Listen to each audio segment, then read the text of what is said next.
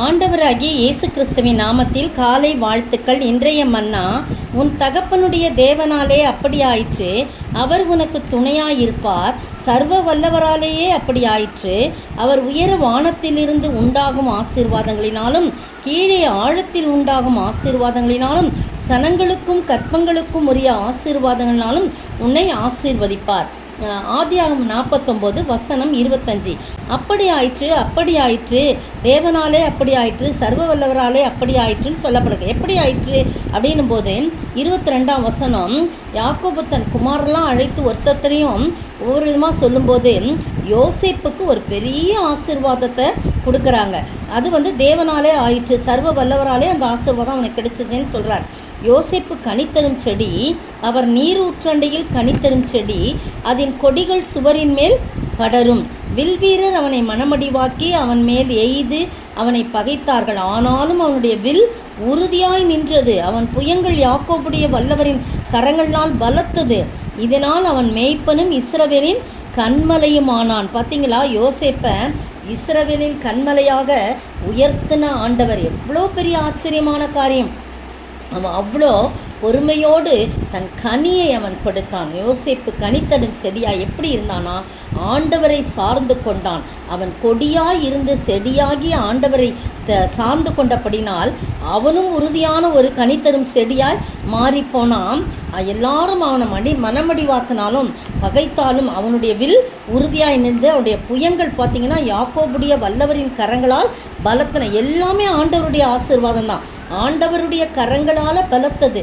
அவன் மேய்ப்பனும் இஸ்ரவேலின் கண்மலையுமானான். அப்புறம் பாருங்க, வானத்திலிருந்து உண்டான ஆசீர்வாதம், கீழே ஆழத்திலிருந்து சமுத்திர ஆழத்திலிருந்து உண்டான ஆசீர்வாதம், ஸ்தனங்களுக்கும் கர்ப்பங்களுக்கும் உரிய ஆசீர்வாதங்களாலே உன்னை ஆசீர்வதிப்பார் அப்படின்னு சொல்லப்பட்டிருக்கு. அதுக்கு பிறகு பார்த்தீங்கன்னா 26ஆம் வசனம், உன் தகப்பனுடைய ஆசீர்வாதங்கள் என் பிதாக்களுடைய ஆசீர்வாதங்களுக்கு மேற்பட்டதாக இருக்கிறது. நித்திய பர்வதங்களின் முடிவு பட்டும் எட்டுகின்றன. அவைகள் யோசேப்புடைய சிரசின் மேலும் தன் சகோதரர் விசேஷித்தவனுடைய உச்சன் தலையின் மேலும் வருவதாக அப்படின்னு சொல்லி அவனை ஆண்டவருடைய நாமத்தினால யாக்கோபு ஆசீர்வதிக்கிறத நம்ம பார்க்குறோம். மோசையை ஆசீர்வதிக்கும் போது உபாகமத்தில் பார்த்தீங்கன்னா, தேவனுடைய மனுஷனாகிய மோசே தான் மரணமடையும் முன்பு இஸ்ரவேல் புத்தருக்கு ஆசீர்வதித்த ஆசீர்வாதமாது அப்படின்னு சொல்லப்பட்டிருக்கு.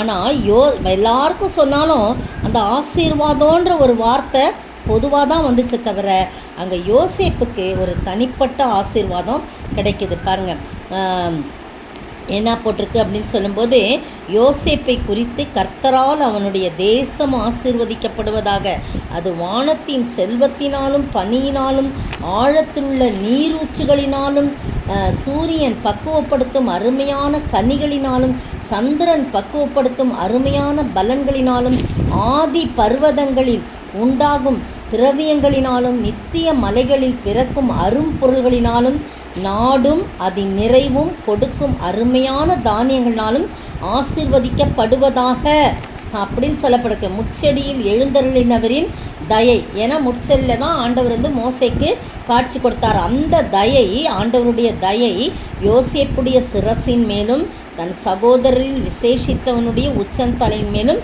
வருவதாக. இங்கேயும் அதை போடப்பட்டிருக்கு. அவன் அலங்காரம் அவன் தலையீற்று காளையினுடைய அலங்காரத்தைப் போலவும் அவன் கொம்புகள் காண்டாமிருகத்தின் கொம்புகளைப் போலவும் இருக்கும். அவைகளாலே ஜனங்களை ஏகமாய் தேசத்தின் கடையாந்தரங்கள் மட்டும் முட்டி துரத்துவான். அவ்வளோ பலசாலியாக அவன் காணப்படுறான். அவைகள் எப்பிராயிமின் 10,000ங்களும் மனாசேயின் 1000ங்களுமானவைகள் என்று சொல்லப்படுது. அவனுடைய பிள்ளைகளை குறித்து அது சொல்லப்படுது. பார்த்தீங்கன்னா, யோசேப்பு எப்படி ஆசீர்வதிக்கப்படுறாரு. ஆதியாகமம் கடைசியில் நீங்கள் பார்த்தீங்கன்னா, அவங்க அக்கா அண்ணன்மார்கிட்ட சொல்கிறான், நீங்கள் என்னை இங்கே அனுப்பிட்டீங்கன்னா நீங்கள் கவலைப்படாதீங்க, ஆண்டவர் தான் என்னைய இந்த இடத்துல கொண்டு வந்திருக்காரு அப்படின்னு சொல்லி அவங்க என்ன சொல்கிறாங்க, அவர் சொல்கிறத யோசேப்பு சொல்கிறத பார்க்குறாங்க. ஆண்டவர் தான் நீங்கள் அல்ல, 45ஆம் அதிகாரம் 8ஆம் வசனம், நீங்கள் அல்ல, தேவனே என்னை இவ்விடத்துக்கு அனுப்பி என்னை பார்வோனுக்கு தகப்பனாகவும் அவர் குடும்பம் அனைத்திற்கும் கர்த்தனாகவும் எகிப்து தேசம் முழுதுக்கும் அதிபதியாகவும் வைத்தார் அப்படின்னு சொல்கிறாங்க. நீங்கள் என்னால் பயப்பட வேண்டாம், நீங்கள் என்னை விற்று போட்டதுனால நீங்கள் சஞ்சலப்பட வேண்டாம், அது உங்களுக்கு விசனமாய் இருக்க வேண்டாம்.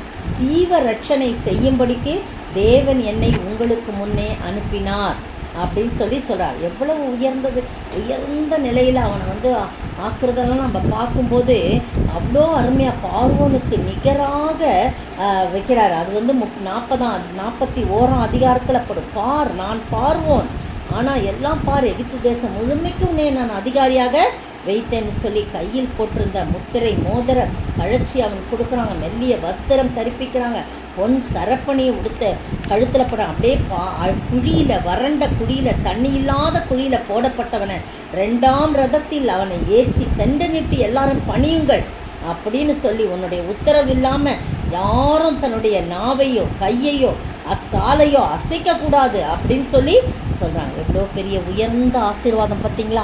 நீங்களும் நானும் யோசேப்பை போல எல்லா சூழ்நிலையிலும் கர்த்தரோடு இணைந்து வாழ்கிற வாழ்க்கையும் பொறுமையோடு எல்லாவற்றையும் சகிக்கக்கூடிய ஒரு வாழ்க்கையும் கொடுத்தா அவரே உயர்த்துவார். எந்த ஒரு மனிதனும் இல்லை, அவரே உயர்த்தும்படியாக கிருபை செய்வார். அப்படிப்பட்ட ஆசீர்வாதத்தை நாம் பெற்று வாழ ஆண்டவர் தாமே கிருபை செய்வாராக.